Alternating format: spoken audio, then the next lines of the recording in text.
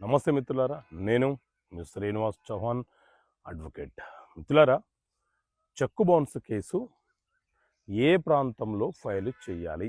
కొంతమంది సందేహం ఏంటి అని అంటే, ఎవరైతే చెక్ ఇచ్చారో ఆ వ్యక్తి ఏ ప్రాంతంలో ఉంటో అక్కడ ఫైల్ చేయాలా, లేకపోతే అతని బ్యాంక్ అకౌంట్ ఎక్కడైతే ఉంటుందో అక్కడ ఫైల్ చేయాలా, లేదా ఎవరైతే చెక్కు తీసుకున్నారో ఆ వ్యక్తి ఉండే ప్రాంతంలో ఫైల్ చేయాలా? ఇలా రకరకాల సందేహాలు చాలామందికి ఉంటాయి. కాబట్టి చెక్కు బౌన్స్ కేసు ఎక్కడ ఫైల్ చేయాలి అనే విషయాన్ని కొంత తెలుసుకునే ప్రయత్నం చేద్దాం. మిత్రులారా, మన దేశంలో నెగోషియబుల్ ఇన్స్ట్రుమెంట్ యాక్ట్ ఎన్ఏ యాక్ట్ అనే చట్టం ఉంది. ఈ యాక్ట్ ప్రకారంగానే మనము చెక్కు బౌన్స్ కేసులు న్యాయస్థానంలో ఫైల్ చేస్తుంటాము. ఈ కేసులు పోలీస్ స్టేషన్ పరిధిలోకి రావు. ఈ చెక్ బౌన్స్ల కేసుల మీద మనము ప్రైవేట్ కంప్లైంట్ ఫైల్ చేయాలి తప్ప పోలీస్ స్టేషన్లో అప్లికేషన్ ఇవ్వడము, కంప్లైంట్ ఇవ్వడం లాంటివి చేయడానికి వీలుండవు. పోలీసులు పట్టించుకోరు. ఎందుకంటే దీనికి సపరేట్గా నెగోషియబుల్ ఇన్స్ట్రుమెంట్ యాక్ట్ ఎన్ఏ యాక్ట్ అనే చట్టం ఉంటుంది.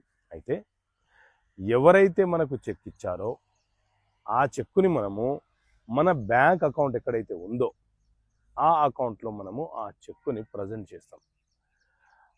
ఆ బ్యాంక్ వాళ్ళు మనకు ఒక రిటర్న్ మెమో ఇస్తారు. ఈ చెక్కు ఎందుకు ఫెయిల్ అయిపోయింది, ఇన్సఫిషియంట్ ఫండ్ అని, సిగ్నేచర్ నాట్ మ్యాచ్డ్ అని, లేకపోతే స్టాప్ పేమెంట్ అని, అకౌంట్ క్లోజ్డ్ అని, ఇలా ఏదైనా ఒక కారణంతో ఈ చెక్కు చెల్లుబాటు అవ్వటం లేదు అని చెప్పి ఒక రిటర్న్ మెమో అనేది మనకు ఆ బ్యాంకు వాళ్ళు మనకు ఇష్యూ చేస్తారు.